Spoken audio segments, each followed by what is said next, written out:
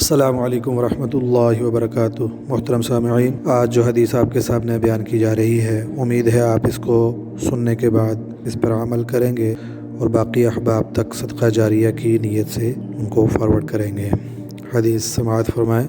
قال رسول اللہ صلی اللہ علیہ وسلم: ثلاث منجیات وثلاث مہلکات، فاما المنجیات فتقوی اللہ فی السر والعلانیۃ والقول بالحق فی الرضا والسخط والقصد فی الغنى والفقر۔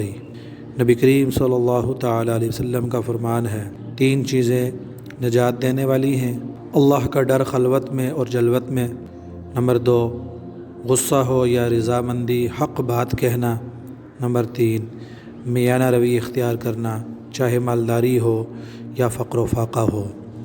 شعب الایمان للبیہقی، حدیث نمبر 6865۔